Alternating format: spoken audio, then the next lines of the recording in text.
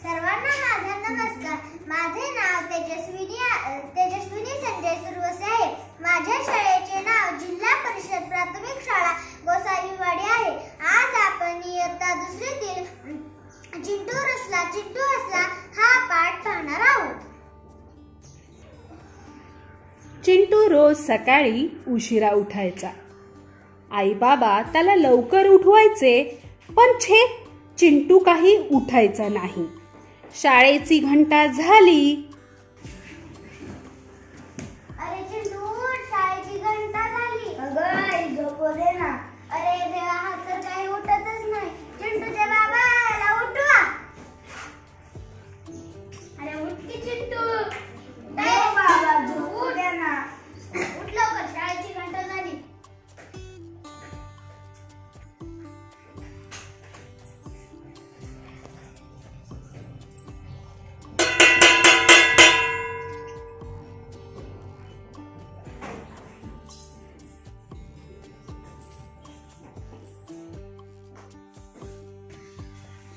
शाळेची घंटा वाजली की घाईघाईनं आंघोळ उरकून गणवेश घालून धावत पळत शाळेत जायचा.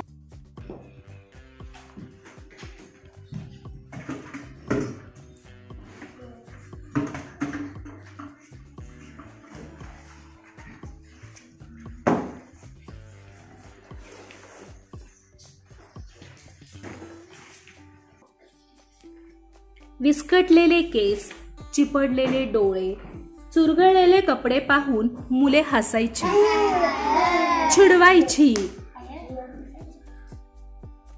त्याला आनंद वाटायचा नाही.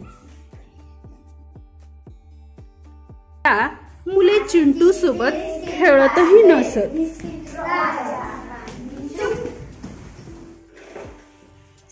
त्याला आपलाच राग यायचा.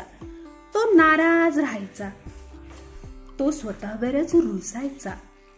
काय करावे याचा एकटाच विचार करत बसायचा. एक दिवस चिंटूला एकटाच बसलेला पाहून त्याची ऋतुजाताई जवळ आली. चिंटूला म्हणाली, अरे चिंटू, काय झालं रे? तू असा एकटाच का बसला आहे? बघ ना ताई, माझ्याशी कोणी खेळत नाही, कोणी बोलत नाही. मला खूप वाईट वाटते. एवढेच ना? माझं ऐकशील ना? करशील ना मी जसं सांगेल तसं? हो, ऐकेल मी ताई.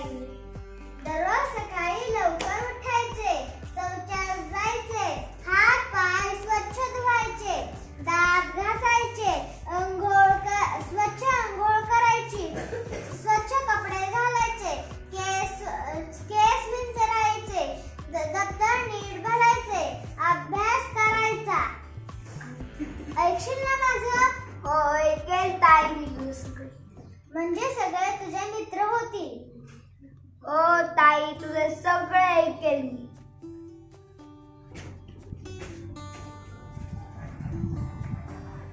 कुकडुक्कू.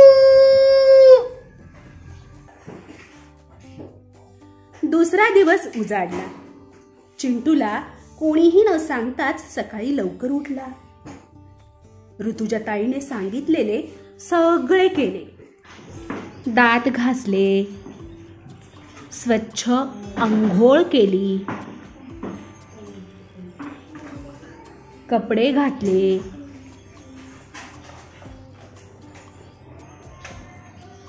केस विंचरले आणि चिंटू अभ्यासाला बसला. अगं बाई, चिंटू किती हुशार झाला. आपला चिंटू लय हुशार झालाय आता. आई बाबांना आनंद झाला. शाळेत जाताना चिंटूने आरशात पाहिले. चिंटू सुंदर दिसत होता. तो फारच खुशीत होता. चिंटू नाचतच शाळेत गेला.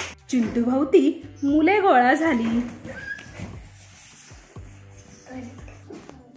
अरे चिंटू, तू किती सुंदर दिसत आहे. हो, आज तू सगळ्यांचा मित्र आहेस.